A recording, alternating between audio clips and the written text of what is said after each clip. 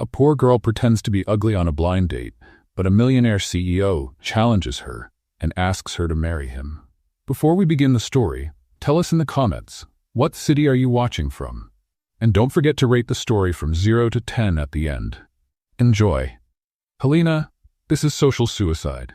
I'm going to get arrested for crimes against common sense, said Sarah, staring at her reflection in the mirror. Her lips were smudged with dark brown lipstick, messily applied. Her cheeks were far too pink. The large orange glasses covered half her face, and the messy bun on top of her head looked like it had been done by a hurricane in a hurry. On the bed, Helena was trying not to laugh as she applied crooked eyeliner. You look amazing, just the way my mom would never imagine. And remind me again, why am I going on a blind date with a billionaire CEO in your place? Because I love my boyfriend. And I'm way too much of a coward to tell my parents that. So you're going instead, scare the guy off for me, and get a fancy dinner out of it. It's what we call a win-win. You bribed me with $90, Sarah replied, crossing her arms. That's what I call emotional blackmail. Oh, come on, you said yourself you needed the cash.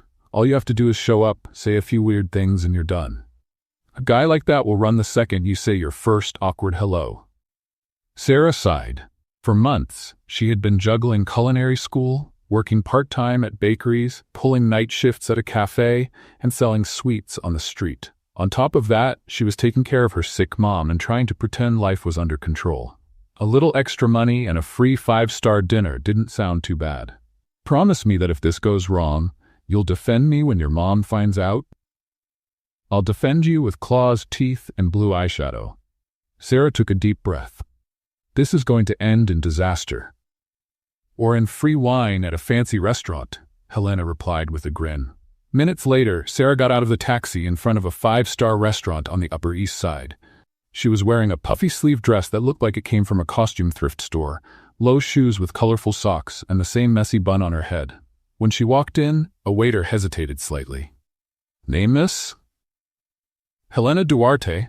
She answered automatically. She blinked. Shoot, she almost forgot the act. Right this way, please. In a quiet corner of the dining room, a man was waiting. Dark, spotless suit, hands folded on the table, an expression that looked both bored and completely in control. He stood up as soon as he saw her. Tall, elegant, with a face that looked like it had been sculpted by a Renaissance artist. Sarah swallowed hard. Of course he has to look like a cursed prince from cable TV. Miss Helena? He asked, reaching out his hand. That depends. If you're selling encyclopedias, I'm her twin sister. William raised an eyebrow and gave a small smile.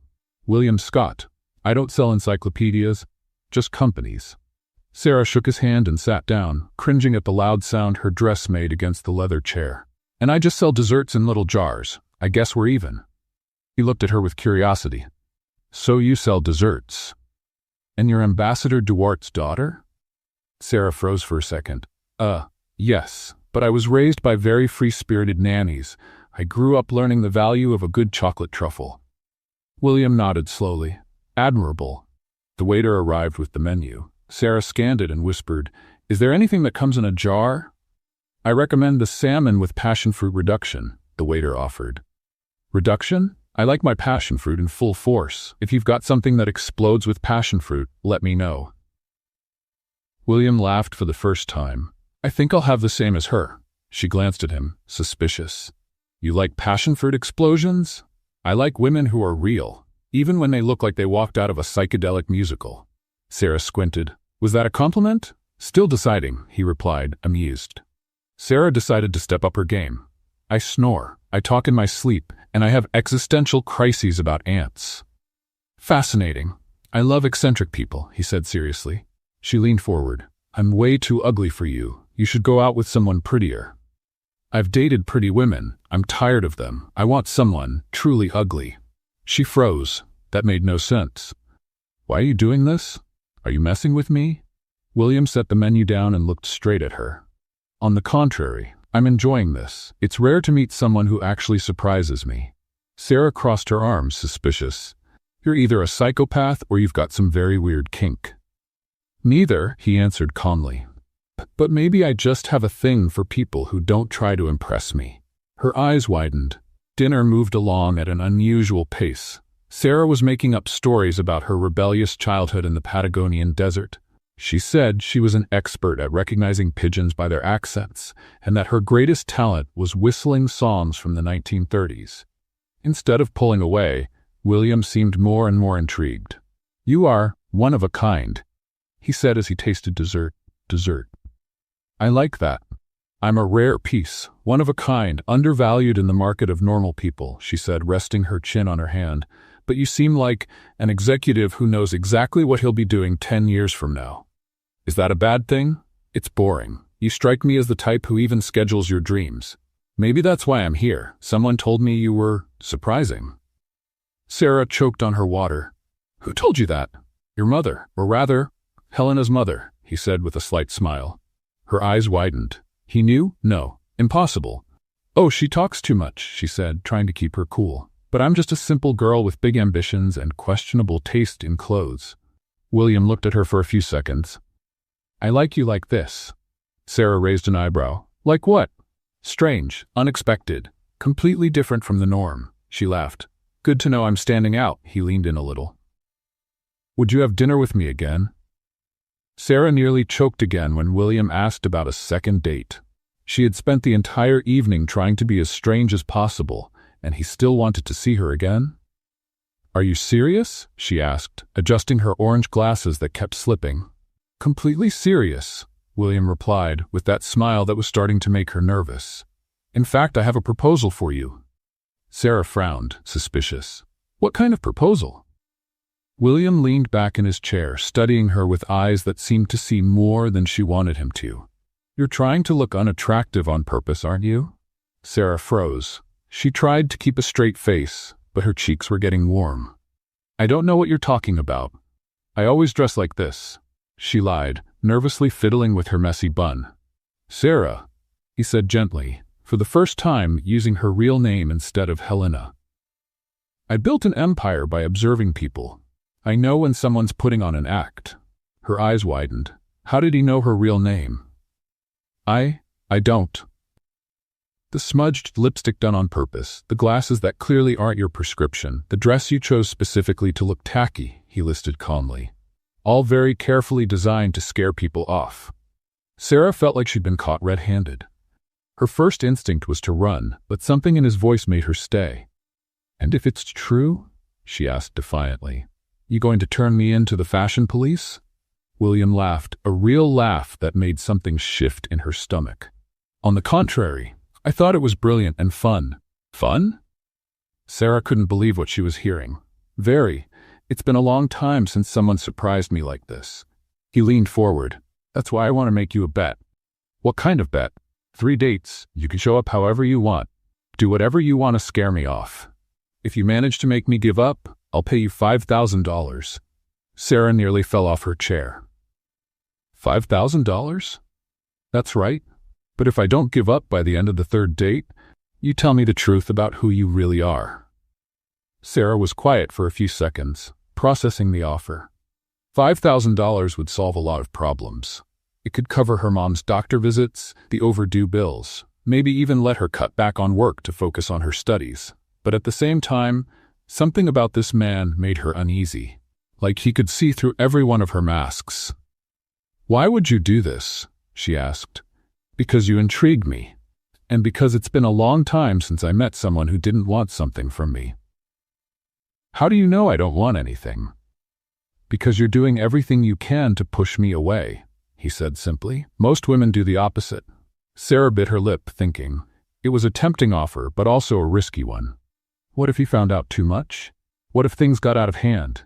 "Can I set a few rules?" she asked finally. "Of course. First, you can't look into my personal life. Second, the dates have to be in public places. Third, if I say I want to leave, you let me go. No questions asked." "Agreed," he said right away. "Anything else?" Sarah thought for a moment. "One more thing. You have to promise you won't try to kiss me or do anything romantic. This is just a social experiment." William smiled, and this time the smile reached his eyes. "I promise I won't do anything you're not comfortable with." She held out her hand. "Then we have a deal, Mr. Scott." He shook her hand, and Sarah felt a jolt of electricity shoot up her arm. She quickly pulled her hand back. "So when's the second date?" she asked, trying to sound professional. "Tomorrow night. There's a street food festival in Central Park. Seems like the kind of place where you'd feel comfortable being weird." Sarah nodded, already planning in her head how to take her character up a notch. "Perfect. I'll show you what being truly unbearable looks like." "I'm looking forward to it," William said, and for the first time she realized he meant it. In the cab ride home, Sarah took off her orange glasses and rubbed her eyes. What on earth had just happened? She had gone on the date planning to be rejected, and somehow ended up with a $5,000 deal to keep being rejected.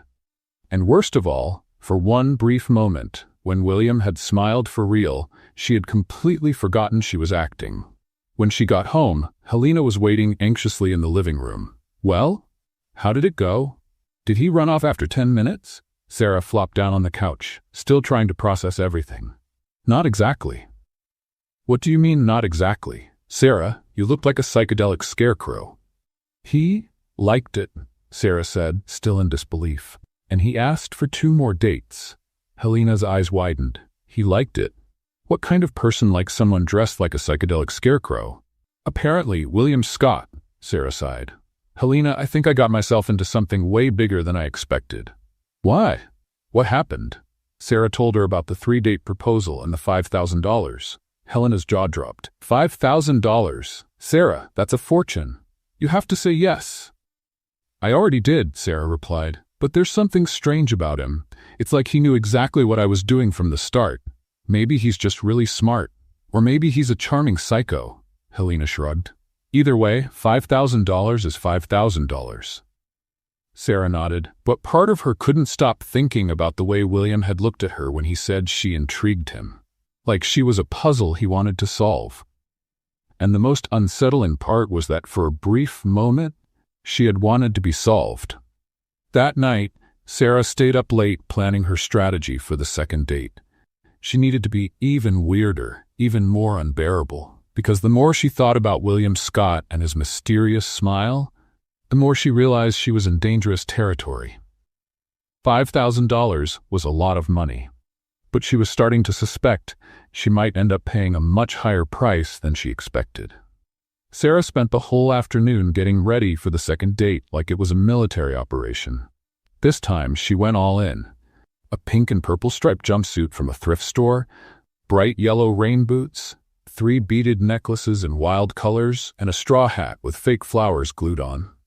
"Oh my God, Sarah, you look like a rainbow exploded," Helena said, watching her friend apply green eyeshadow and blue lipstick. "Perfect. If this doesn't make him give up, nothing will," Sarah replied, putting on a 3rd coat of mascara that made her eyelashes look like spider legs. "Are you sure you even want to win this bet?" Helena asked, frowning. "Honestly, it seems like you're trying a little too hard." Sarah paused and looked at her friend in the mirror. "Of course I want to win. It's $5,000, Helena. Enough money for me to stop worrying for a few months." "But what if you're starting to like him?" "Impossible," Sarah said too quickly. "I barely know him. And he's, I don't know, too rich, too polished, completely out of my world." "Sometimes the most unlikely people are the ones who surprise us the most," Helena said, but Sarah was already heading out the door. The street food festival in Central Park was packed. Families wandered between food stalls, couples shared churros, and groups of friends tried exotic dishes. Sarah felt completely out of place in her over-the-top outfit, but she tried to stay confident. She found William near a Mexican taco stand. He was wearing a light blue dress shirt and dark jeans, casual for him, but still flawless. When he saw her approaching, his face lit up with an amused smile. "Wow," he said, looking her up and down. "You've really outdone yourself. You look like a flamingo that decided to go hippie." Sarah crossed her arms, pretending to be offended. "It's European street fashion. You clearly don't understand artistic innovation." "Clearly I'm very old-fashioned," he said, pretending to be serious. "Forgive me for not recognizing genius when I see it." They started walking through the stalls. Sarah had planned to be even more eccentric than on the first date, so she began commenting on everything with ridiculous observations. "Look at those hot dogs," she said, pointing to a stand.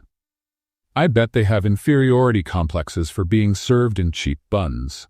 I always talk to my food before eating it, to thank it for its sacrifice."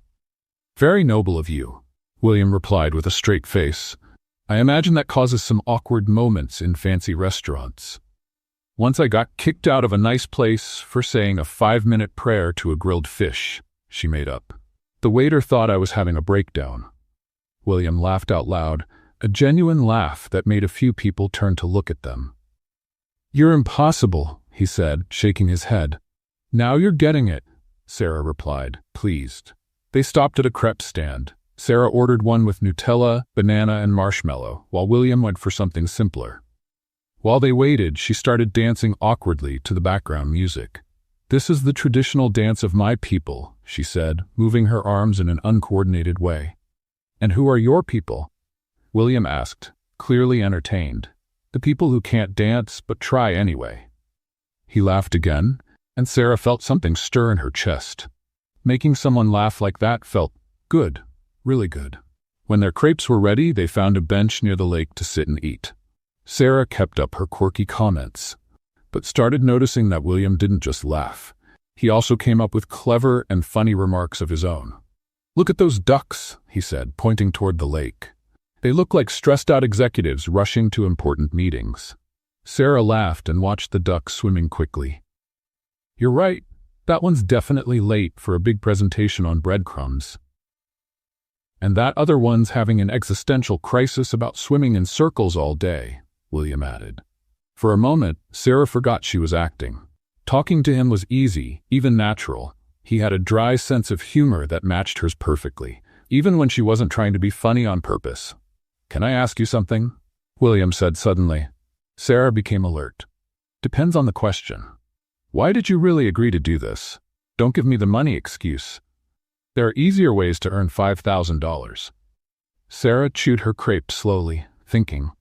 Part of her wanted to tell the truth, that she needed the money to help her mother, that she was juggling 3 jobs, that she sometimes woke up at night worried about the bills. But that would break the act. "Maybe I like a challenge," she said finally. "And maybe I'm curious to see how much you can handle. What if I said I'm enjoying this more with each minute?" She almost choked on the crepe. "Then I'd say you have very strange taste." "I do," he agreed, looking directly into her eyes. "I've always liked things that are unique, unexpected, things that make me question what I thought I knew." Sarah felt her face get warm. There was something about the way he spoke that made her stomach do flips. "You're trying to throw me off," she said, trying to stay in control. "I'm trying to get to know you," he corrected. They sat in silence for a few seconds, watching people walk by. Sarah realized that, for the first time in a long while, she was relaxed. She wasn't thinking about bills, school, or problems at home. She was just present. "Want to check out the street performers?" William asked, pointing to a small crowd near a fountain. "Only if you promise not to try copying any of them," Sarah said. "No promises," he replied with a mischievous smile. They walked over and found a group of musicians playing jazz. Sarah started swaying to the rhythm, and to her surprise, William joined in. It wasn't formal dancing, just 2 adults moving clumsily to the music, laughing at themselves. "You dance worse than I do," Sarah said, watching William try a fancier step.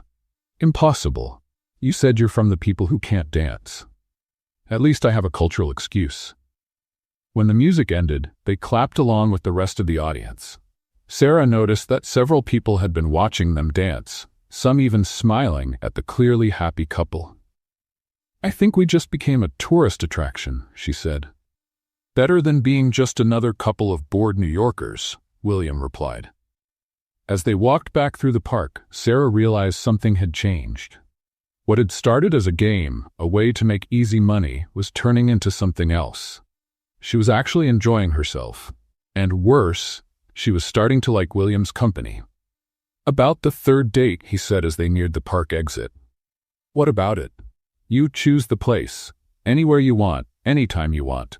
The only condition is that it's tomorrow night." Sarah looked at him, suspicious. "Why the rush?" "Because I'm curious to see what else you've got up your sleeve, and because—" He stopped walking and looked her straight in the eye. "Because I'm enjoying this game a lot more than I should." Sarah's heart beat faster. There was something in his voice, in the way he looked at her, that made her forget all about the money, the bet, everything. I'll think about it, she said, trying to keep her composure. Great, but Sarah? Yes? Thank you for today. It's been a long time since I've had this much fun. As the taxi took her home, Sarah took off her straw hat and leaned her head against the window. Her plan to be unbearable was failing miserably. Worse than that, she was starting to care what William thought of her. The real her, not the character she was pretending to be. And for the first time since it all began, Sarah wondered what would happen if she simply dropped all the masks and showed who she really was. That thought scared her more than any costume she could come up with. Sarah had chosen a small cafe in Greenwich Village for the third date. It was a cozy place, with rustic wooden tables and plants hanging from the ceiling. She arrived 10 minutes early, wearing an orange vintage dress with blue polka dots, striped socks, and 2 mismatched shoes. The barista looked at her curiously when she ordered a double cappuccino with vanilla syrup and 3 sugar cubes. It's to keep my eccentric energy up, Sarah explained, sitting at a table by the window. William arrived promptly at 7, as elegant as ever, in a white shirt and navy blazer. When he saw her, he smiled in that now familiar way, a mix of amusement and something she couldn't quite read. You managed to look even more colorful, he said, kissing her hand theatrically. You look like a Picasso painting come to life. Picasso painted weird cubes. I prefer to think of myself as a drunk Monet, Sarah replied with mock seriousness. They ordered pie and coffee, and for a few minutes kept the conversation light. Sarah told made-up stories about her adventures as a subversive art critic, while William asked questions that seemed genuinely interested. Have you ever thought about writing a book about your artistic theories? He asked, slicing into his apple pie. I've started one. It's called How to Annoy Sophisticated People in 10 Easy Steps, Sarah answered without missing a beat. It would be a bestseller, he said, and she almost believed he meant it. That's when Sarah noticed a woman approaching their table. Tall, blonde, dressed in a designer outfit that probably cost more than Sarah's rent for 3 months. She had that polished kind of beauty that comes with weekly manicures and a personal trainer. William, the woman said, with a smile that didn't reach her eyes. What a surprise to see you here. William looked up, and Sarah noticed his expression change slightly. It wasn't fear or embarrassment, more like quiet resignation. Victoria, he said calmly. Sarah, this is Victoria Ashworth. Victoria, Sarah. Victoria held out her hand to Sarah with a smile that was anything but friendly. So, you're the artist everyone's been talking about, she said, stressing the word artist like it was something unpleasant. Sarah shook her hand, immediately sensing the tension in the air. Artist is a generous word. I think of myself more as a public disturbance, she replied, trying to keep the tone light. Victoria gave a cold laugh. How interesting.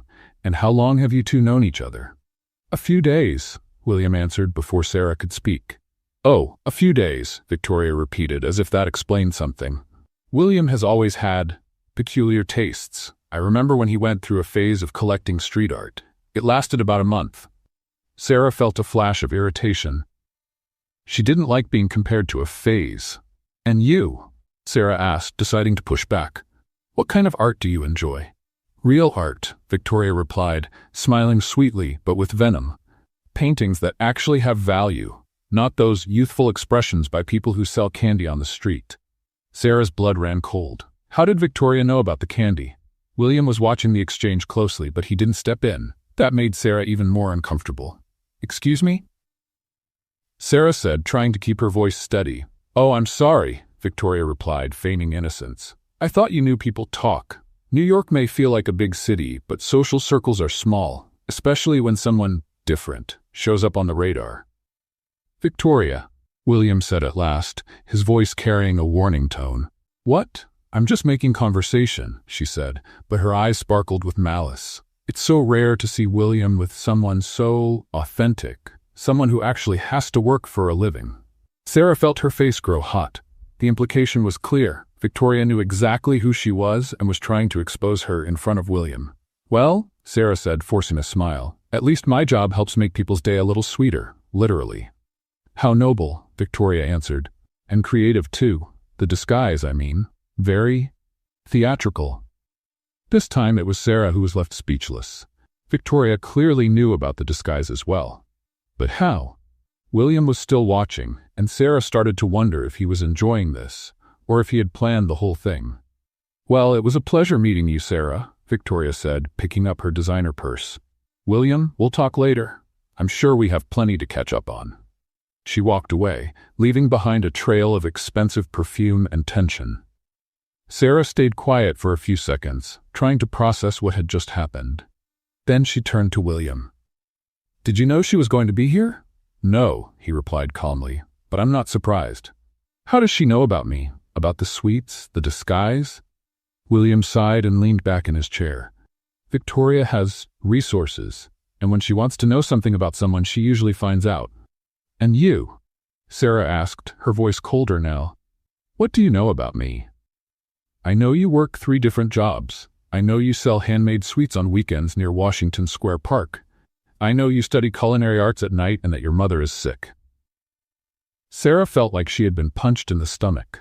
"You investigated me," she said, not as a question, but a statement. "Not exactly," William replied, "but when someone catches my interest, I tend to look into them." Sarah stood up abruptly, knocking over her coffee cup. "This is a violation of my privacy, and of the rules we agreed on." "Sarah, wait." "No," she said, grabbing her bag. "This has gone too far. You knew who I was from the beginning, didn't you? You've been playing with me this whole time." "That's not how it is." "Then how is it?" she demanded, crossing her arms. "Do you get a kick out of mocking poor people? Is that what rich people do when they're bored?" For the first time since they met, William looked genuinely shaken. "No, Sarah, you don't understand." "Oh, I understand perfectly," she said, her eyes burning with angry tears. "You and your rich, snobby ex-girlfriend decided to have some fun with the poor girl who sells candy. What a funny story to tell at your fancy dinners." "Sarah, that's not true." But she was already walking out of the cafe, hearing him call her name, but never looking back. Out on the sidewalk, Sarah paused for a moment, trying to catch her breath. Her heart was racing, and she felt exposed, like all her masks had been torn off at once. The worst part was that, for a few moments over the last few days, she had started to believe William might actually be interested in her. That he saw something special in her, despite all the ridiculous disguises. But now she saw it for what it really was, just a cruel game played by bored rich people. As she walked toward the subway, Sarah took off her mismatched shoes and threw them in a trash can. She was tired of pretending to be someone she wasn't. And she was tired of believing in fairy tales. What she didn't see was William stepping out of the cafe just behind her, stopping on the sidewalk and watching her walk away, with a look on his face that mixed frustration, regret, and something that looked very much like pain. Sarah spent the next 3 days avoiding any place where she might run into William. She canceled her candy stand schedule at Washington Square Park, changed her route to school, and even avoided some of her favorite work spots. But on Thursday morning, she found an envelope under her apartment door. Inside was an elegant invitation to a charity auction at the Metropolitan Museum of Art, along with a handwritten note. "Sarah, I know you have every reason to be upset with me. But this event supports a cause I think you'd care about. Free medical treatment for low-income families.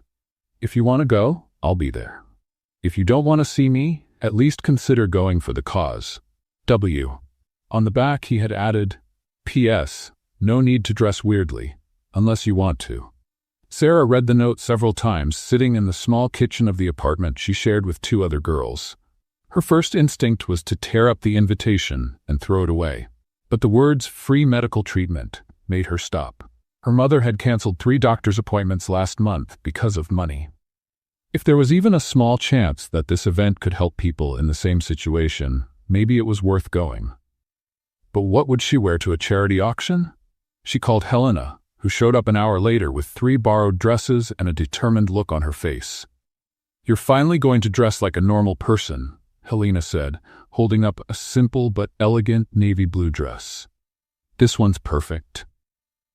"I don't know if this is a good idea," Sarah said, eyeing the dress. "What if he thinks I'm going because of him? And what if you are?" "I'm not," Sarah replied a little too quickly. Sarah, you've been grumpy for 3 days straight, like a wet cat. Either you're going because you want to see him, or because you're in love with the idea of free healthcare. And considering you faint at the sight of blood, I think we both know the answer." Sarah sighed. Helena was right, as usual. He looked into my life, Helena. He knew who I was the whole time. I felt like an idiot.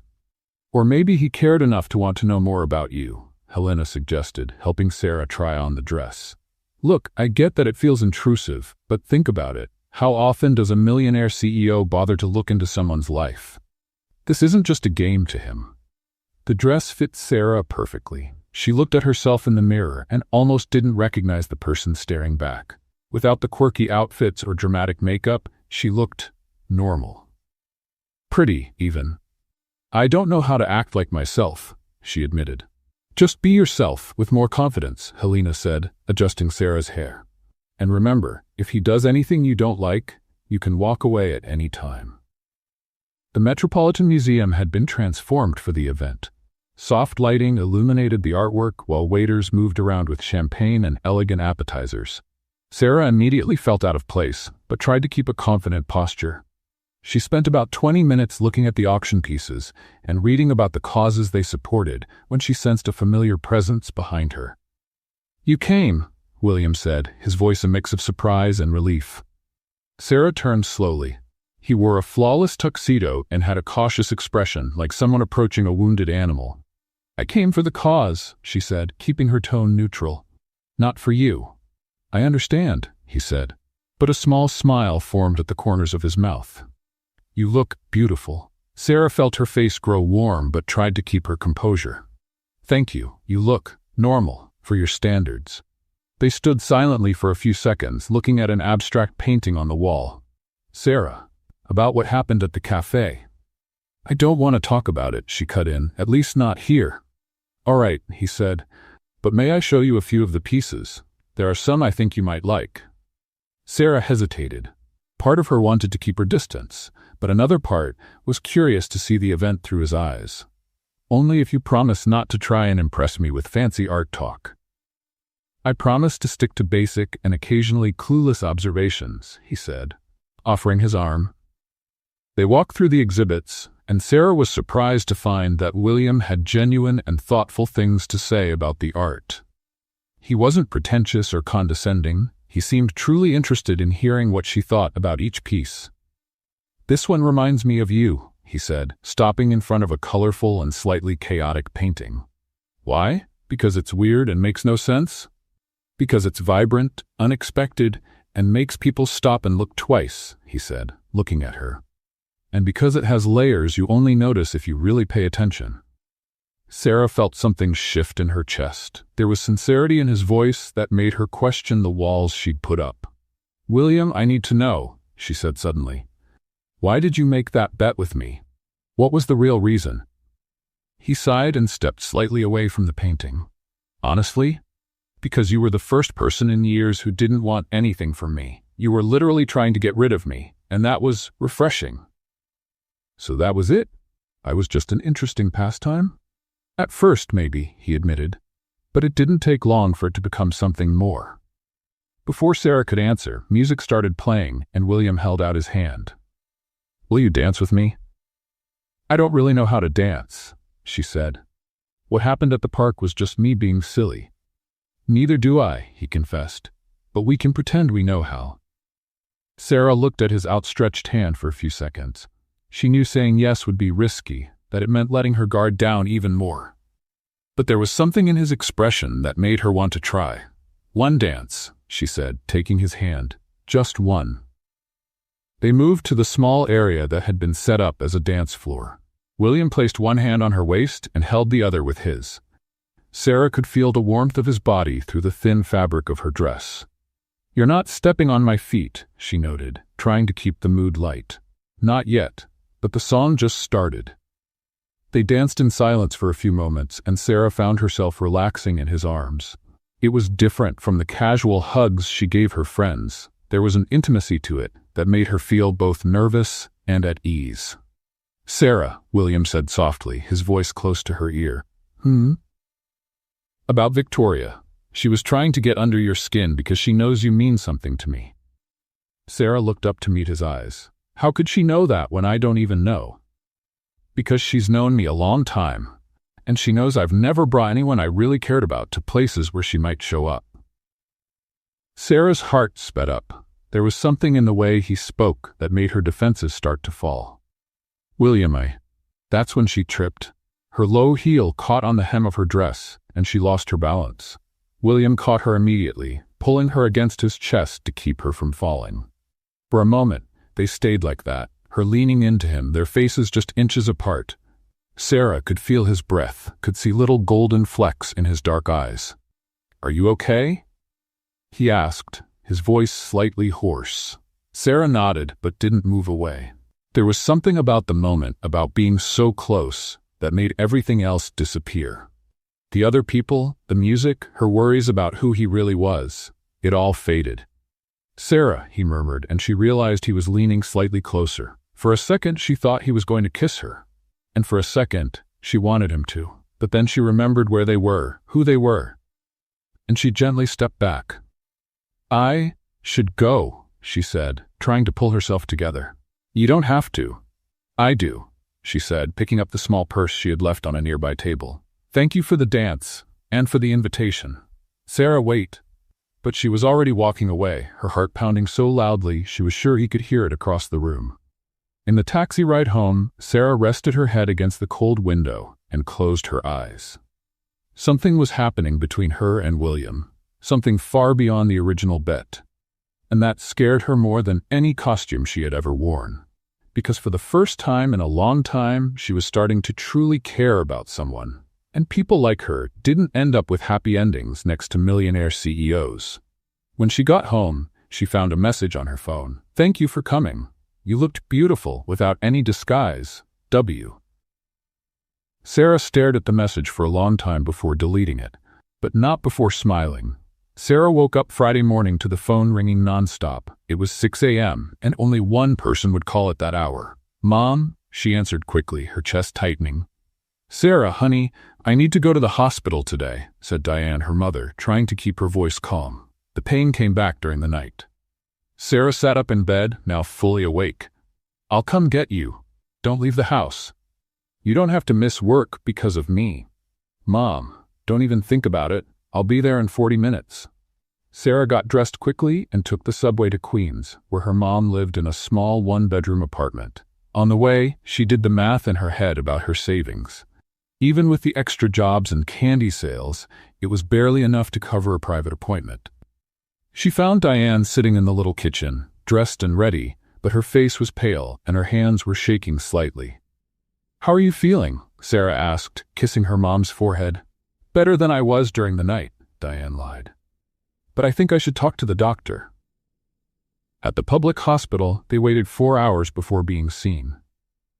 Sarah looked around at the other families in the same situation, clearly worried people, trying to figure out if they could afford the tests, choosing between healthcare and basic bills. When they were finally called in, the doctor got straight to the point. "We need to run some additional tests. The basic plan doesn't cover everything, so it would be about $800 out of pocket." Sarah felt her stomach drop. $800 was nearly 2 months of savings. "There's no other option?" she asked. "I can refer you through the public system, but the wait would be about 2 months. Sarah looked at her mother, who was trying to be brave but had fear written all over her face. "We'll go private," Sarah decided. "I'll find a way to get the money." After scheduling the tests for the following Monday, Sarah took her mother home and then headed straight to Washington Square Park. She needed to sell as many sweets as she could in the next few days. She set up her small makeshift stand, full of Tupperware containers packed with brigadeiros, beijinhos, and coconut treats. It was a sunny Saturday, so foot traffic was good. She had sold about half her stock when she noticed someone taking pictures of her from a distance.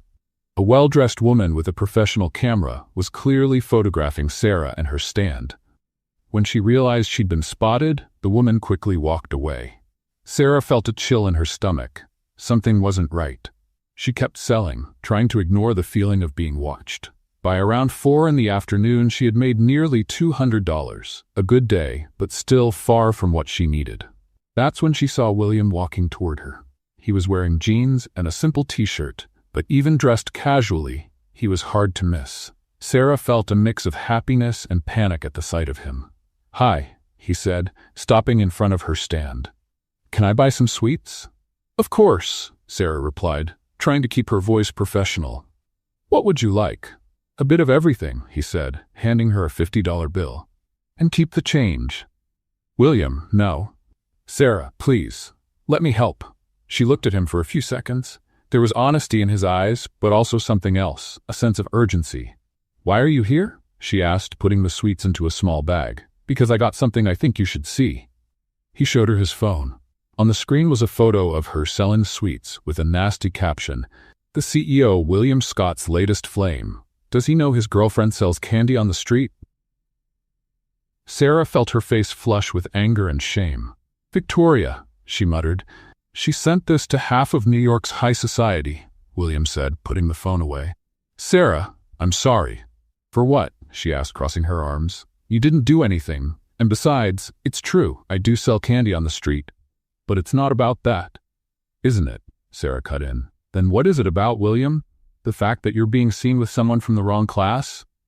You know that's not it." Sarah let out a bitter laugh. "Do I? Because every time we're together, I feel like I'm being tested. First, you make a bet with me like I'm some kind of project.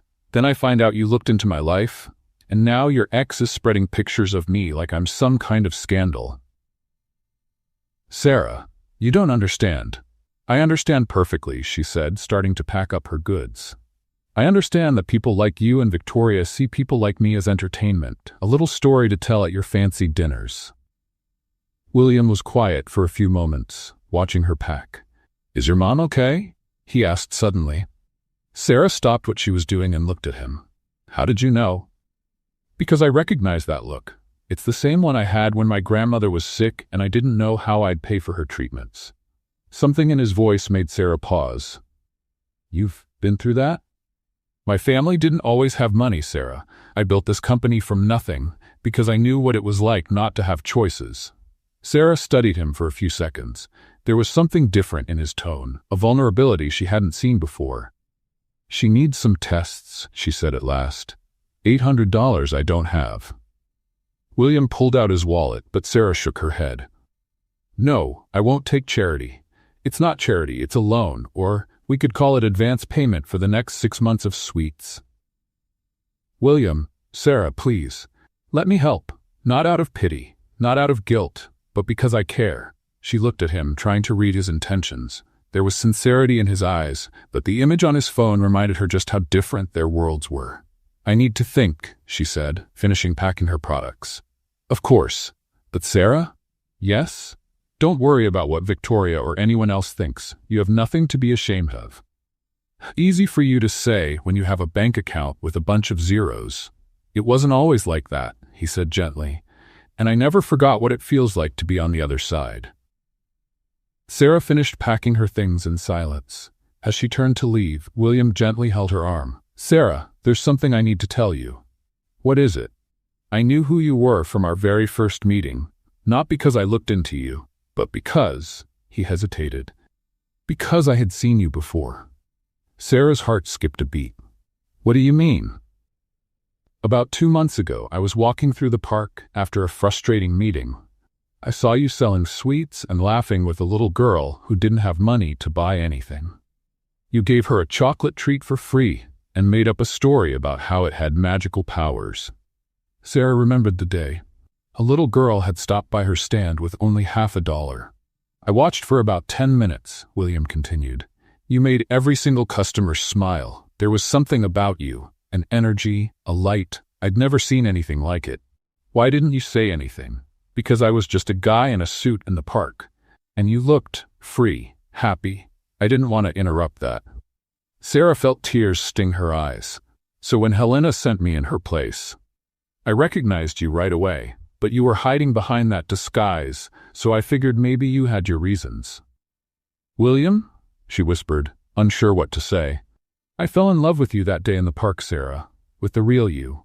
Everything else was just a way to get to know you better. The tears finally fell down Sarah's face. She felt exposed, vulnerable, but also relieved to finally hear the truth. I don't know what to say, she admitted. You don't have to say anything right now, he said, gently wiping a tear from her cheek. But think about what I said regarding the loan. Your mom is more important than our pride.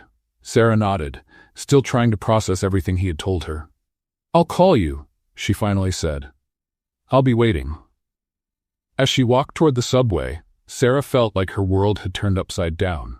The man she thought had been playing games with her had actually fallen for her before they had even really met. And now, she wasn't sure who was wearing a mask, him or her. Sarah spent the entire weekend thinking about her conversation with William. His words kept echoing in her mind. I fell in love with you that day in the park. She kept trying to decide whether she should believe him or if it was just another carefully planned move. On Monday morning, she decided to accept the loan for her mother's medical exams. She called William, and he answered on the first ring. Sarah, how are you? I'll accept your help, she said, swallowing her pride. But it's a loan. I'll pay it back with interest if necessary. No interest needed. Yes, it is. I want this to be a real transaction. There was a pause on the other end. All right, whatever you prefer. I can transfer the money right away. Thank you, she said softly. This means a lot to me. It means a lot to me, too. It means you trust me, at least a little. After hanging up, Sarah sat on her bed and finally let herself cry, not out of sadness but relief. Her mother was going to be okay. That was all that mattered. The exams went well, and the doctor said it was just an inflammation that could be treated with medication. Sarah felt like a huge weight had been lifted from her shoulders.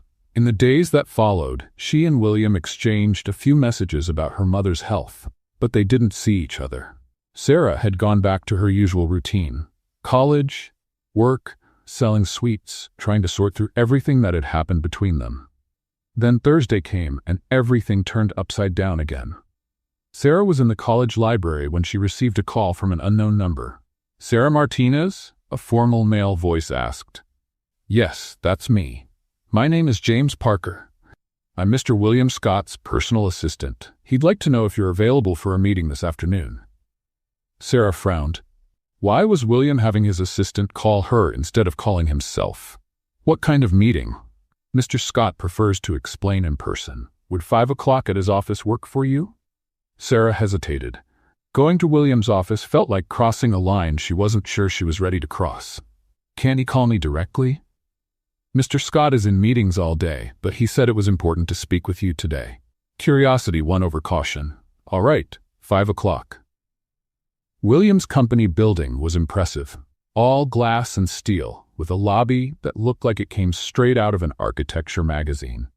Sarah felt small and out of place as the elevator took her up to the 30th floor. William's assistant greeted her with a professional smile and led her to a meeting room with a panoramic view of Manhattan. Mr. Scott will be with you in a few minutes, she said, offering her water or coffee. Sarah chose water and looked out the window, trying to calm her nerves. What could William want to talk about that was so important? When he entered the room, he was back to being formal. Dark suit, business posture. But there was something different in his eyes, a kind of hesitation she wasn't used to seeing. Sarah, thank you for coming, he said, closing the door behind him. Your assistant said it was important. It is. He sat down across the table, putting a formal distance between them. I have a proposal for you. Sarah raised an eyebrow. Another bet? Not exactly. William laced his fingers together on the table. It's more like a job. What kind of job? William took a deep breath, as if preparing for something difficult. My grandmother is very sick. The doctors say she doesn't have much time, and she has this obsession. She wants to see me married before she dies. Sarah felt her stomach sink. William, what are you suggesting? She's coming to stay with me for a week. I need someone to pretend to be my fiancé. The silence in the room was deafening. Sarah looked at him like he had lost his mind. You want me to pretend to be your fiancé? For 1 week. You'd be well paid, of course, $50,000. Sarah almost choked on her water. $50,000? It's a fair amount for what I'm asking. You'd have to stay at my place, attend a few social events, and convince my grandmother that we're a happy couple." Sarah stood up suddenly and began pacing the room. "This is crazy, William. You're talking about faking an engagement. I know how it sounds. It sounds like you're hiring me to be an actress in your personal life." She turned to face him. "That's exactly what you're doing, isn't it?" William stood up too, looking frustrated. "Sarah, my grandmother is dying. She raised me after my parents died in an accident. She's the only family I have left. If pretending to be engaged for a week can give her peace, I'd do anything." Sarah's anger softened a little when she heard the pain in his voice. "Why me? Why not ask Victoria or someone else from your social circle?" "Because she wouldn't approve of them," William said simply. "My grandmother has an incredible sense for knowing when people are being fake. She'd see right through anyone I brought just for convenience. And with me, it would be different." William looked at her closely. "Yes, it would be different." "Why?" "Because with you, I don't have to pretend I enjoy your company." Sarah felt her face grow warm. There was a sincerity in his voice that left her unsure of what to say. "William, this is all way too complicated. We barely know each other." "I know, but you're the only person who can help me with this." Sarah sat back down, trying to process the proposal. $50,000 would solve all her financial problems. She could stop working so many hours, focus on school, take better care of her mother. What kind of social events? A few dinners, maybe a charity event, nothing too complicated. And where would I stay? I have a house in the Upper East Side with separate bedrooms. You'd have complete privacy. Sarah bit her lip, thinking, "Can I ask a few questions?" "Of course. First, does your grandmother know about our unusual situation?" "She doesn't know anything about the bets or the strange dates. As far as she knows, we met and fell in love." "Second, what if she doesn't believe us? Then we do our best and at least she'll know I tried." "Third, what happens after the week?" William hesitated for the first time. "After the week, we go back to our normal lives." There was something in the way he said that which made Sarah feel he wasn't being entirely honest, but maybe that was just her imagination. "I need time to think." "How much time?" "Until tomorrow." "It's a big decision," William nodded. "Of course. But Sarah?" "Yes. Thank you for at least considering it. I know it's a lot to ask." Sarah grabbed her purse and headed to the door. Just before leaving, she turned around. "William, your grandmother, she really means a lot to you?" "Everything," he answered without hesitation. "She means everything to me." That night, Sarah called Helena and told her about the proposal. Helena was silent for a few seconds before bursting out, $50,000 to pretend to be a fiancé for a week? Sarah, you have to say yes. It's not just about the money, Helena. It's complicated. What do you mean, complicated? What if I start to believe it's real? What if I actually fall in love? Helena was quiet for a moment. "Oh," she finally said, "you're already falling for him." "No, I'm not. Sarah, you're afraid of pretending to be his fiancée because deep down you're afraid you won't want to pretend anymore." Sarah didn't answer. Helena had hit the mark. "What should I do?" "Say yes to the proposal, but this time, go in with your eyes open. No masks, no games, just be yourself. What if everything goes wrong? What if everything goes right?" That night, Sarah stayed up late staring at the ceiling. In the morning, she called William. "I'll do it," she said, "but on one condition." "What is it?" "No pretending between us. If we're going to convince your grandmother we're a real couple, we have to actually get to know each other." "Deal," he said right away. "When can you start?" "This afternoon." "But William?" "Yes?" "If you're lying about your grandmother or anything else, I'm walking away on the spot." "Understood. And Sarah?" "Yeah? Thank you. You have no idea how much this means to me." After she hung up, Sarah looked at her reflection in the mirror. In a few days, she'd be living in William Scott's house, pretending to be his fiancée. Sarah arrived at William's house with a small suitcase and a growing sense that she'd made a huge mistake. The mansion on the Upper East Side was even more impressive than she had imagined. 3 floors of understated elegance, perfectly kept gardens, and an entrance that looked like something out of a movie. William met her at the door, wearing a light blue shirt and khaki pants. He looked nervous, which was oddly reassuring. "You came," he said, like he still couldn't believe it. "I said I would. Sarah replied, adjusting the strap on her suitcase. "Let me show you around," he said, taking her bag. "My grandmother arrives tomorrow morning." The house felt like a private museum. Expensive paintings on the walls, furniture that probably cost more than Sarah's entire apartment, and a grand staircase leading to the upper floors. It was beautiful, but cold. "Your room is this way," William said, walking upstairs. "It has a private bathroom and a nice view of the garden." The room was bigger than Sarah's whole living room. King-size bed, dark wood furniture, and huge windows overlooking a courtyard with a fountain. "It's beautiful," she said, genuinely impressed. "But William, I feel like I'm trespassing in a museum." He laughed, seeming to relax a little. "I know. I feel that way sometimes too. I bought this house because I thought it was the kind of place successful people were supposed to live, but it's never really felt like home." "Where does feel like home to you?" William paused, like no one had ever asked him that before. "Honestly, my office, or that coffee shop where we met. Places where I can just be myself instead of what people expect me to be."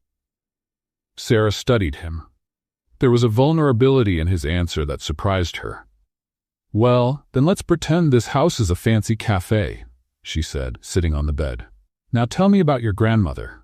What does she need to know about our love story?" "Her name is Eleanor Scott. She's 83, sharp as a tack, and doesn't fall for lies easily," William said, settling into an armchair by the window. "She'll want to know how we met, how long we've been together, when we decided to get married. And what's our official story? I was thinking we keep it close to the truth. We met a few months ago, you were selling sweets, and I fell for your unique personality. And she won't think it's strange that you're dating someone who sells candy on the street.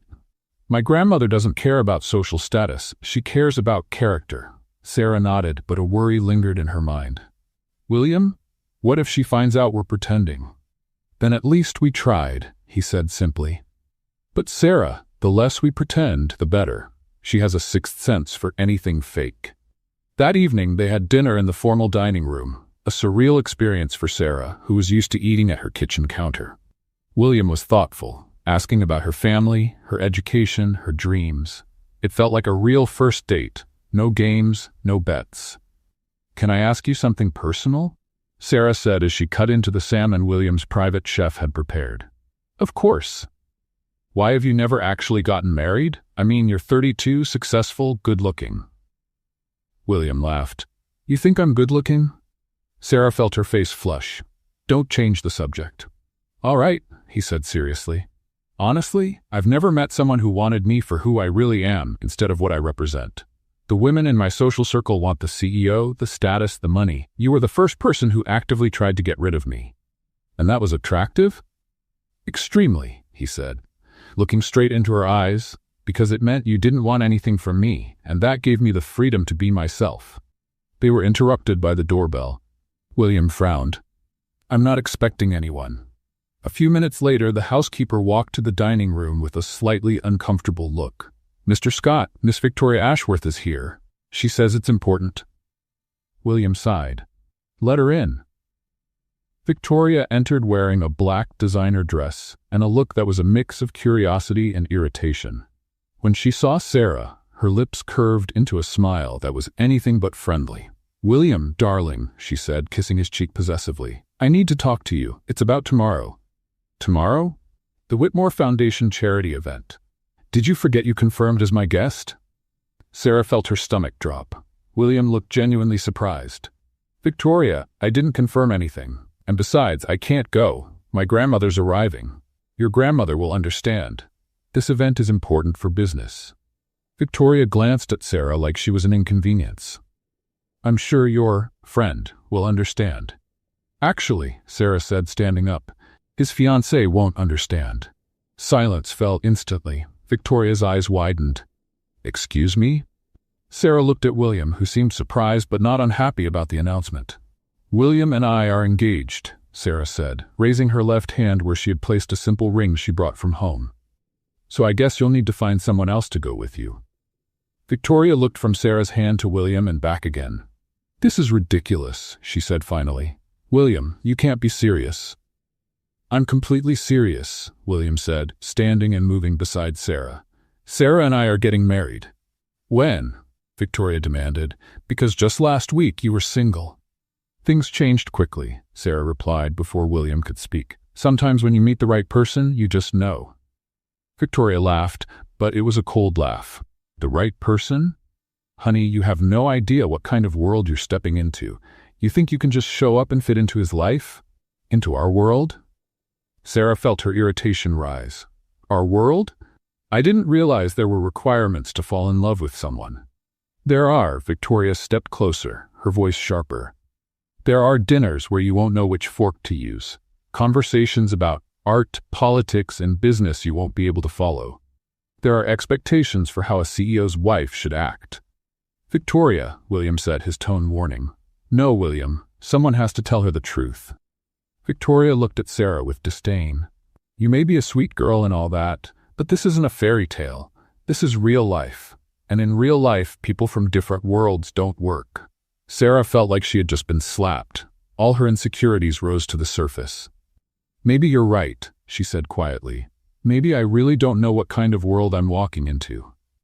Sarah, William said, realizing she was closing up. But you know what I do know? Sarah continued, her voice growing stronger. I know how to make someone smile when they're having a bad day. I know how to work hard for what I want. And I know how to recognize someone genuine when I see them. She turned to Victoria. And you, Victoria?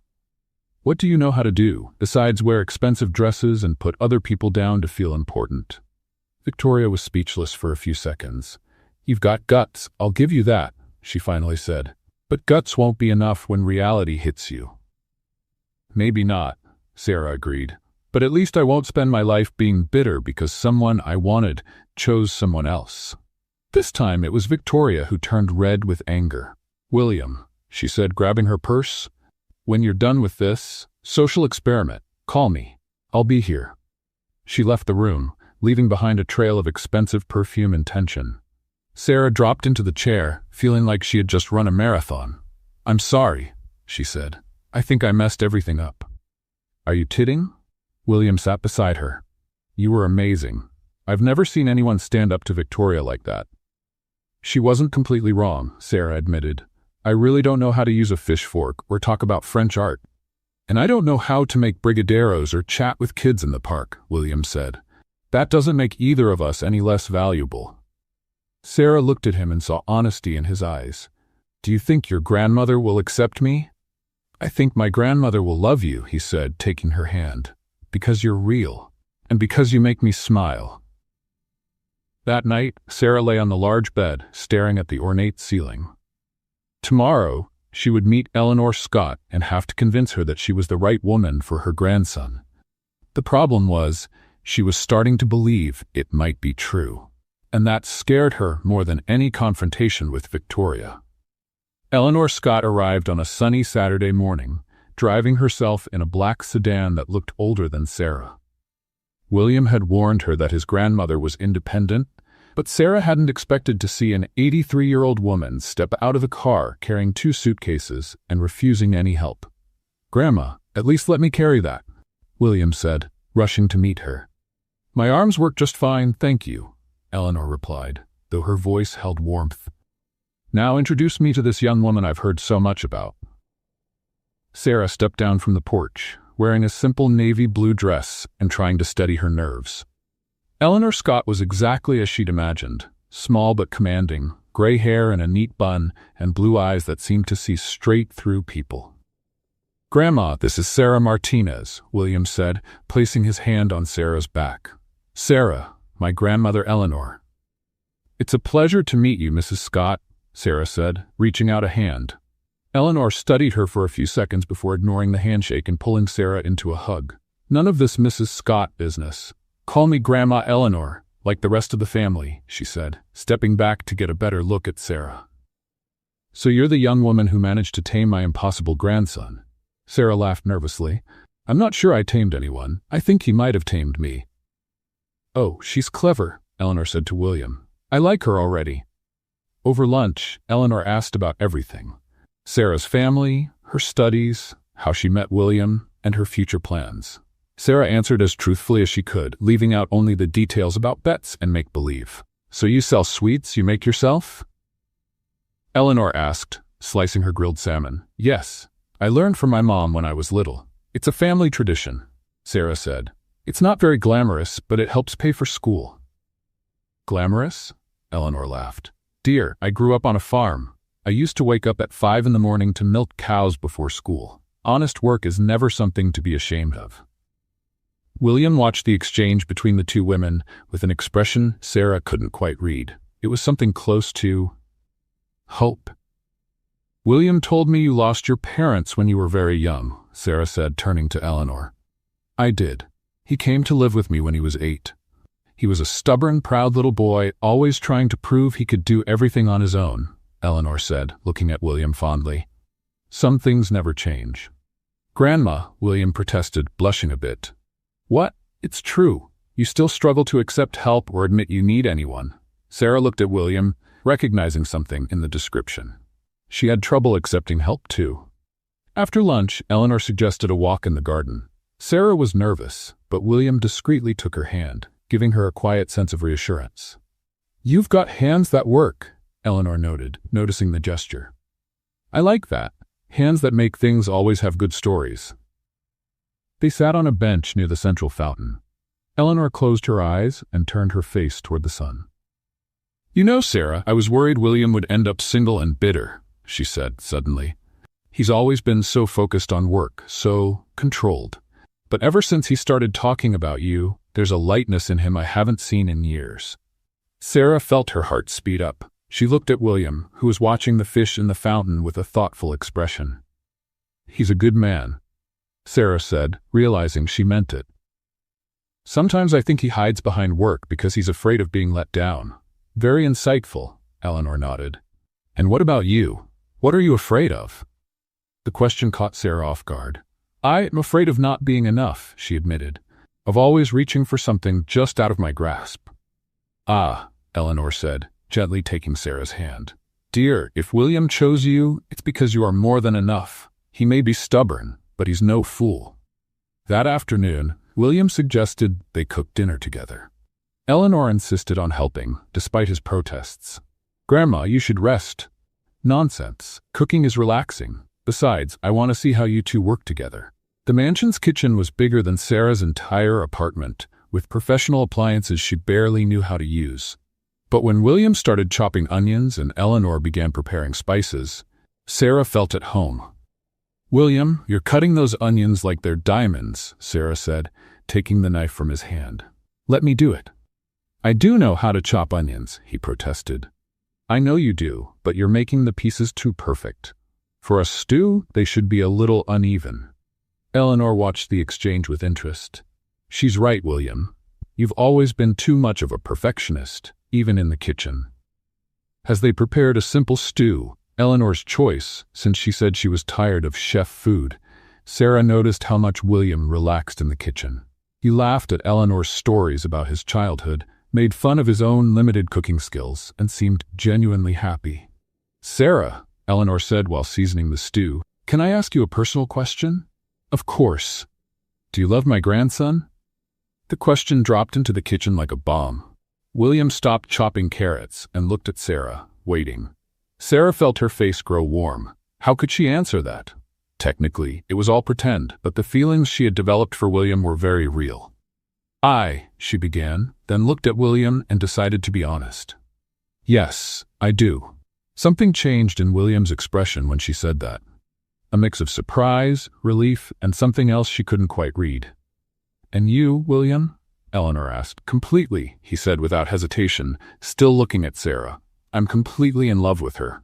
Eleanor clapped her hands. Wonderful. Now let's finish this stew before it burns. But Sarah could hardly focus on the food. The way William had answered, the tone in his voice, the way he kept looking at her. There was something there that went far beyond pretending for the sake of a sick grandmother. During dinner, Eleanor shared stories about William as a child. How he used to build imaginary businesses with toy blocks. How he always stood up for the smaller kids at school. How he would surprise her when she was feeling down. One time, when I was sick with pneumonia, he sold all his toys to buy flowers for me, Eleanor said. He was 9. He said flowers would help me get better faster. Sarah looked at William, who seemed slightly embarrassed but smiled. I still like giving flowers to people who matter, he said, looking at Sarah. After dinner, they sat in the living room. Eleanor said she was tired, but Sarah noticed she was still quietly observing how she and William interacted when they thought no one was watching. Well, Eleanor finally said, standing up. I think I'll head to bed. It's been a long trip. She kissed William on the forehead, then walked over to Sarah. Thank you for dinner, she whispered in her ear. It's been a long time since I've seen my grandson this happy. You're good for him. When Eleanor went upstairs, Sarah and William were left alone in the room. The silence between them was heavy with everything that had been said during dinner. You lied to her, William finally said. Sarah felt her stomach sink. About what? When you said you love me. William. Because if it was a lie, it was the most convincing lie I've ever heard, he said, stepping closer. But if it was the truth? Sarah looked at him, her heart pounding. What if it was the truth? Then everything changes, he said, now standing right in front of her. Because I wasn't lying when I said I'm in love with you. This time when he leaned in, Sarah didn't pull away. The kiss was gentle at first, hesitant, as if they were exploring unknown ground. But when Sarah kissed him back, deepening the moment, William pulled her closer. When they finally broke apart, both were breathless. Is this real? Sarah whispered. As real as anything I've ever felt, William said, resting his forehead against hers. And for the first time since it all began, Sarah wasn't wearing any kind of mask. Sarah woke up on Sunday with a strange feeling in her chest. The kiss from the night before had changed everything between her and William. But it had also made things more complicated. She was pretending to be engaged to a man she was actually falling in love with, and she no longer knew where the acting stopped and the real feelings began. She went downstairs to the kitchen and found Eleanor already up, sipping coffee and reading the newspaper. Good morning, dear, the older woman said. Did you sleep well? Yes, thank you, Sarah lied, pouring herself some coffee. You're up early. Old habits. Back on the farm, we always got up with the sun. Sarah sat at the kitchen table, a smaller, cozier table than the formal one in the dining room. Can I ask you something? Eleanor said suddenly. Of course. Are you two really engaged, or is this just an act for a sick old lady? Sarah nearly dropped her coffee cup. She looked at Eleanor, who was watching her with those sharp blue eyes. I don't know what you mean. Eleanor chuckled softly. Dear, I raised William. I know all his expressions, every little gesture, and you two are trying too hard to look like a settled couple. Sarah felt her face grow warm. What do you mean? Couples who've been together for months don't look at each other with that mix of longing and hesitation. They don't touch like they're still discovering how. And they're definitely not surprised when the other says, I love you. Sarah looked down at her cup, unsure what to say. But you know what? Eleanor went on. I don't mind. You two may be pretending to be a couple, but the feelings are real. You can't fake the way you look at each other. Mrs. Scott. Eleanor, she corrected. And there's no need to explain. William must have his reasons for putting on this act. It probably has to do with his habit of trying to solve everything on his own, but I can tell he really cares about you. Just then, William walked into the kitchen, hair tousled and wearing a casual t-shirt. Good morning, he said, heading straight for the coffee machine. Are you two already up to something? Just talking about women, Eleanor said innocently. Sarah, you should tell him about that offer you got. Sarah's eyes widened. What offer? Oh, right, she improvised. The offer. William turned, alert. What offer? Eleanor smiled at Sarah, clearly enjoying herself. I'll leave you two to talk. I'm going to walk in the garden. After she left, William sat beside Sarah. What offer? He repeated. Your grandmother was testing our dynamic, Sarah explained. She knows, William. She knows we're not really engaged. William sighed and ran his hands through his hair. I figured she'd find out. She's always been sharp. So what now? Will she expose us? No. If she thought this was completely fake, she would have already confronted me. The fact that she's joking about it means she sees something real between us. They sat in silence for a moment, sipping their coffee, thinking over the conversation. William, Sarah said finally. About last night, the kiss. Yes, it complicates things. Why? 'Cause now I don't know what's real and what's pretend, and that scares me. William turned to face her fully. Sarah, I'm going to be completely honest with you. Last night was real. Everything I felt, everything I said, it was real. But what about later, when your grandmother leaves and we don't have to pretend anymore? Who said anything about pretending? Before Sarah could answer, William's phone rang. He looked at the screen and frowned. I have to take this. It's my lawyer. He left the kitchen to answer, leaving Sarah alone with her tangled thoughts. 15 minutes later, William returned, looking troubled. We have a problem, he said. What kind of problem? My family, not Grandma, the others, my uncles, cousins, the company board, they found out about our engagement. Sarah felt her stomach sink. How? Victoria. She told everyone she knows, and now they want to meet you, officially. What does that mean? William sank into the chair. It means they'll want birth certificates, information about your family, your education, your financial situation. They're going to look into everything. And when they find out I'm just a poor girl who sells sweets, they'll push me to break off the engagement, he said quietly. They'll say you're after my money, that you don't fit into the family. Sarah stood up abruptly. So that's it. The act ends here. Sarah, no.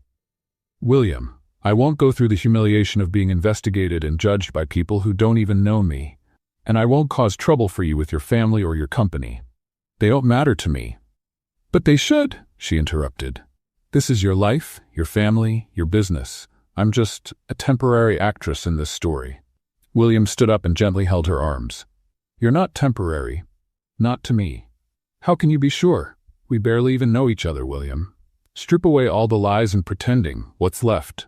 A few awkward dates and 3 days of playing a couple. It's about this, he said, pulling her closer. It's about how I feel when I'm with you. How you make me laugh. How you challenge me. How you make me want to be a better man.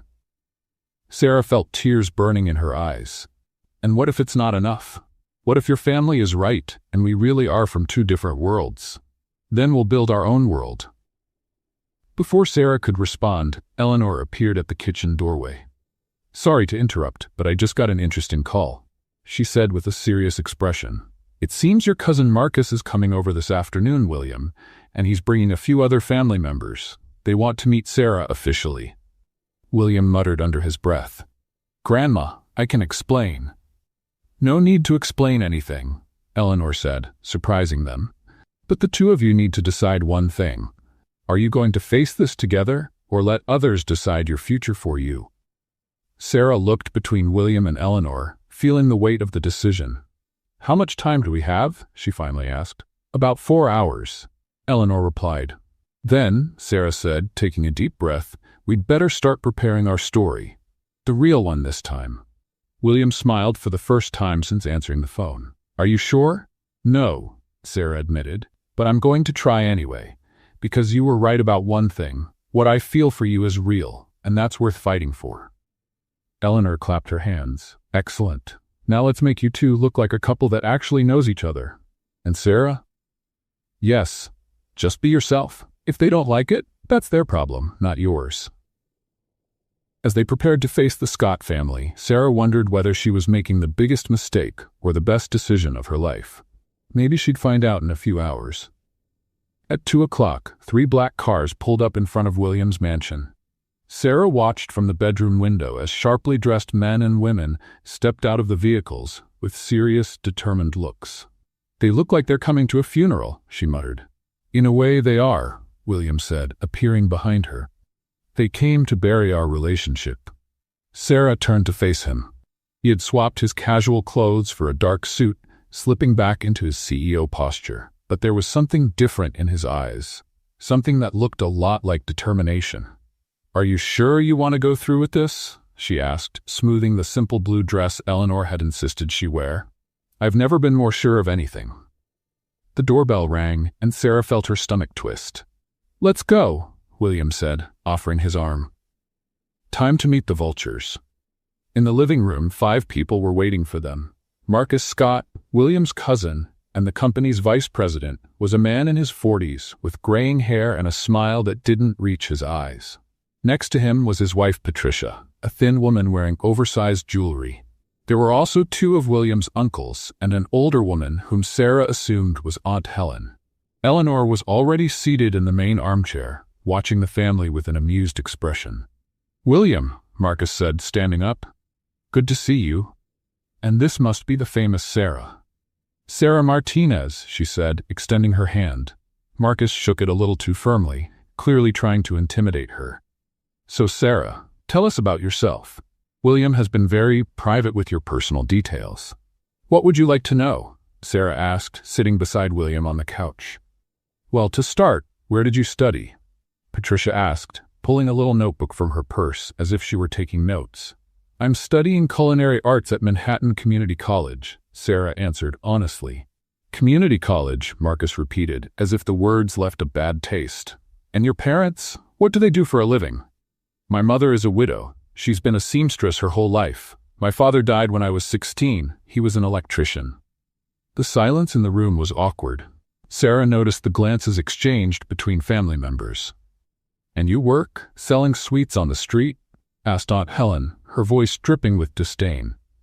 "I worked 3 different jobs to pay for school and help my mother." "Selling sweets is just one of them," Sarah replied, keeping her voice steady. "3 jobs," Patricia murmured, making a note. "And when would you have time for the responsibilities of a CEO's wife?"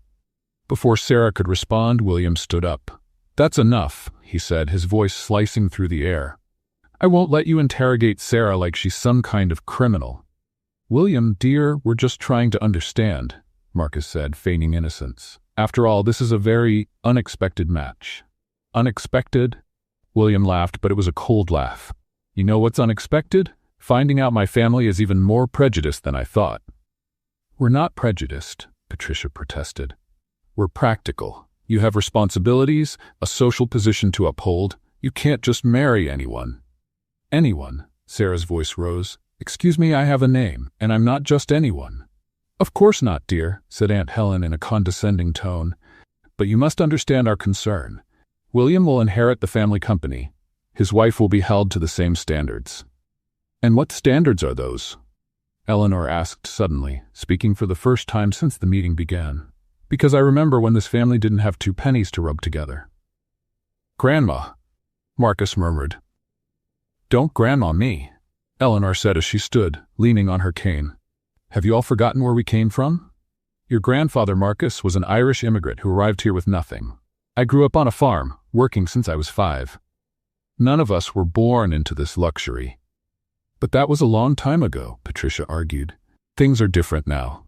"Are they really?" Eleanor looked at Sarah with warmth. "Because when I look at Sarah, I see the same thing I saw in myself at her age. Determination, courage, and the kind of humility that comes from knowing the value of hard work." "With all due respect, Grandma Eleanor," Marcus said, "times have changed. The company has responsibilities to shareholders, a public image to maintain." "The company is doing just fine, thank you," William cut in. "And my personal life is not up for board discussion."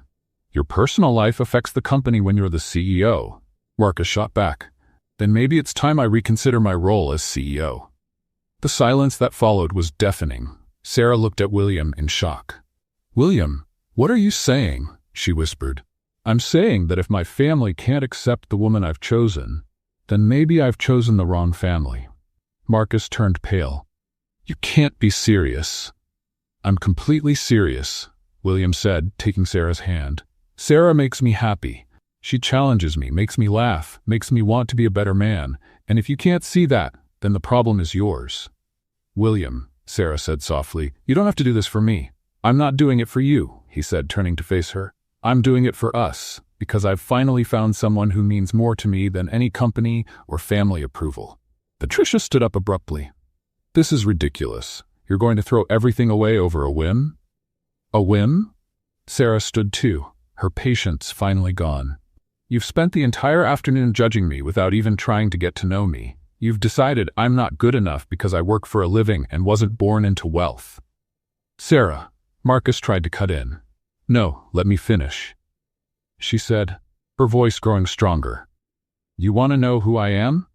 I'm someone who gets up at 5 in the morning to work at a bakery before school, who sells sweets on weekends to help pay my mom's medical bills, who's worked hard all her life knowing every opportunity had to be earned. She looked each of them in the eye. And you know what else? I'm someone who makes William truly smile. Who knows him without the expensive suits and fancy titles? Who loves him for the man he is, not for what he owns? You love him? Eleanor asked, smiling. With all my heart, Sarah replied without hesitation, looking at William. Even when he's stubborn and controlling and thinks he has to fix everything on his own. William smiled, that real smile that completely changed his face. And I love you, he said. For your courage, your honesty, your strength, for making me feel like I can truly be myself. That's very touching. Marcus said dryly, but love doesn't pay the bills or keep a company running. Doesn't it? Eleanor laughed. Marcus, you're a fool. Love is exactly what makes the best companies work. Passion for what you do, care for the people involved, strong values. She stepped closer to William and Sarah. And if you two really love each other, then I have just one question. What is it? William asked. Eleanor pulled a small velvet box from her purse. Why haven't you done this properly yet? William looked at the box, then at Sarah, who looked completely caught off guard. Grandma, this was your mother's ring, Eleanor said, opening the box to reveal a vintage diamond ring. Simple, but elegant. She told me to give it to you when you found the right person. William took the box with trembling hands and turned to Sarah, who now had tears in her eyes. Sarah, he said, dropping to one knee right there in front of his shocked family. I know we started this in a strange way. I know we still have a lot to learn about each other. But I also know that you're the best thing that's ever happened to me. He opened the box. Will you marry me? For real this time? Sarah looked at him on one knee in front of her, then at Eleanor, who was smiling proudly, then at the rest of the family, still staring in disbelief. William Scott, she said, smiling through her tears, are you really proposing in front of the people who just spent an hour humiliating me? I am, he said, smiling too. Because I want everyone to know I choose you. I will always choose you. Sarah held out her left hand. Then yes, 1,000 times yes. William slid the ring onto her finger and stood to kiss her, a deep, passionate kiss that made Eleanor clap and left the rest of the family even more stunned. When they pulled apart, Sarah looked at the ring on her finger. It was perfect. Not flashy, but meaningful. Well, Marcus finally said, his voice stiff, that was unexpected. William's whole life has been unexpected, Eleanor said cheerfully. And look how well he's done. Patricia closed her little notebook. I suppose, if this is truly what you want, William? It is, he said firmly, wrapping his arm around Sarah's waist. And I hope you can respect that, Marcus sighed. Welcome to the family, Sarah. I hope we can start fresh. I'd like that, Sarah said, surprising everyone with her grace. After the family left, promising to consider everything that was said, Sarah, William, and Eleanor sat in the living room, still taking it all in. So, Eleanor said, when's the wedding? William and Sarah looked at each other. Well, Sarah said, since we just got really engaged 10 minutes ago, maybe we should think about it. How about next weekend? William suggested. Next weekend? Sarah's eyes widened. Why wait? He took her hand. We already know we love each other, Betty. We already know we want to be together, so why wait? Eleanor clapped again. I love it. A simple wedding, just close family and friends. Sarah looked at the two of them, feeling like her life had flipped upside down all over again. You two are crazy, she said, but she was smiling. Totally crazy, William agreed, kissing her again. And for the first time since it all began, Sarah wasn't pretending to be someone else. She was being exactly who she was, a hardworking girl who loved her family, who wasn't afraid to fight for what she wanted. And she was about to marry the man of her dreams. 1 week later, on a Saturday afternoon, the garden behind William's mansion had been transformed into a dream setting. Eleanor had insisted on organizing everything herself, and the result was simply magical. Sarah looked out the bedroom window, wearing the wedding dress Eleanor had worn 50 years earlier. A vintage gown made of delicate lace, with 3/4 sleeves and a subtle train. Helena had made small alterations to make it fit perfectly, and the result was breathtaking. You look beautiful, sweetheart, said Diane Martinez, her mother, adjusting the simple veil in Sarah's hair. Helena appeared in the doorway, wearing a lavender dress as maid of honor. Sarah, it's time. And you, She paused mid-sentence. "Oh my goodness, you look perfect." William was waiting at the altar, standing next to the officiant.